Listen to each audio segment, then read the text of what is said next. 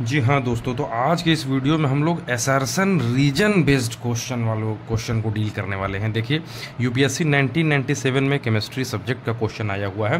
Question क्या कह रहा है एसर्शन में? Formic acid is stronger acid than acetic acid. ये कह रहे हैं एसर्शन में कि फॉर्मिक एसिड जो होता है वो स्ट्रॉन्गर एसिड होता है as compare to acetic acid. फिर रीज़न में ये क्या दे रहे हैं? Formic acid is an organic acid, यानी ये कह रहे हैं कि जो फॉर्मिक एसिड होता है वो ऑर्गेनिक एसिड होता है। This is the reason that's why formic acid is stronger acid than acetic acid. ऐसा ये रीजन दे रहा है। तो हमें चेक करना है कि इसमें ए सही है, क्या आर करेक्ट है, या दोनों सही है, या सिर्फ ए गलत है आर सही है, यानी हमको चेक करना है। तो इसके लिए देखिए दिया है क्या ऑप्शन है पहला, both A and R individually true. दोनों अलग अलग सही हैं individually, and R is the correct explanation of A. और ये जो एक्सप्लेनेशन रीज़न में आर है, यानी जो फॉर्मिक एसिड है वो ऑर्गेनिक एसिड है, यही कारण है कि फॉर्मिक एसिड जो है वो स्ट्रॉन्गर एसिड है as compare to acetic acid. ऐसा ये है, सही है कि नहीं है? अगर ये बात सही होती है तो आपको ऑप्शन ए टिक करना है। दूसरे ऑप्शन में इन्होंने कहा कि both A and R true but R is not the correct explanation of A. ये कह रहे हैं कि आपका फॉर्मिक एसिड जो है वो stronger acid than acetic acid है, और formic acid is an organic acid. ये अलग से इंडिविजुअली सही है, लेकिन ये इसका एग्जैक्ट और करेक्ट एक्सप्लेनेशन नहीं है। ऑप्शन सी है ए इज़ ट्रू, यानी कि जो formic acid is stronger acid than acetic acid है, लेकिन आर इज़ फॉल्स, यानी formic acid is an organic acid. ये गलत है, जो कि ऑप्शन सी में दिया हुआ है। ऑप्शन डी क्या है? A is false R is true, यानी असर्शन गलत है, रीजन सही है। तो इसमें आप इस क्वेश्चन को तभी कर पाएंगे जब आप एकदम दोनों के फैक्ट को क्लियरली अंडरस्टूड कर लेंगे। फॉर्मिक एसिड का देखिए फॉर्मूला क्या होता है, HCOOH है, इक लगा है। इक जो है ये किस फंक्शनल ग्रुप का एक सिंबल है? ओइक का आता है। क्या है? COOH, oic.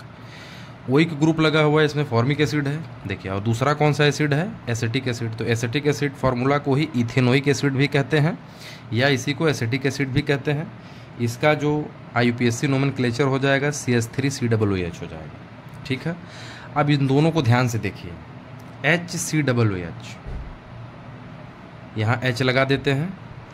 अब ये आपका क्या हो गया? Formic acid. और यहीं पे अगर CH3 लगा देते हैं, C,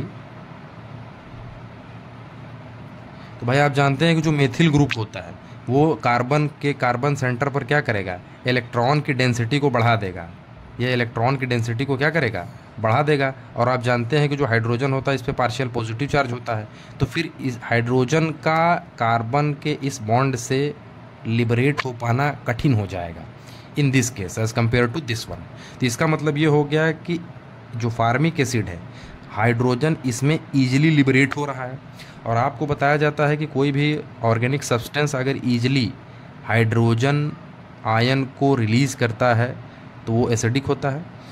ईजिली करे या चाहे जैसे करे, अगर हाइड्रोजन आयन को रिलीज़ करता है तो वो एसिडिक है। अगर ईजिली कर देता है तो वो स्ट्रॉन्ग एसिड है। अगर रफली करता है, स्ट्रांगली नहीं करता है, तो वो वीक एसिड है। तो भाई इन दोनों की तुलना में तो आप यहाँ देख पा रहे हैं, यहाँ से हमने आपको एक्सप्लेन किया कि जो फार्मिक एसिड हो गई इस हिसाब से क्या हो गई? स्ट्रॉन्गर एसिड हो गई as compare to acetic acid.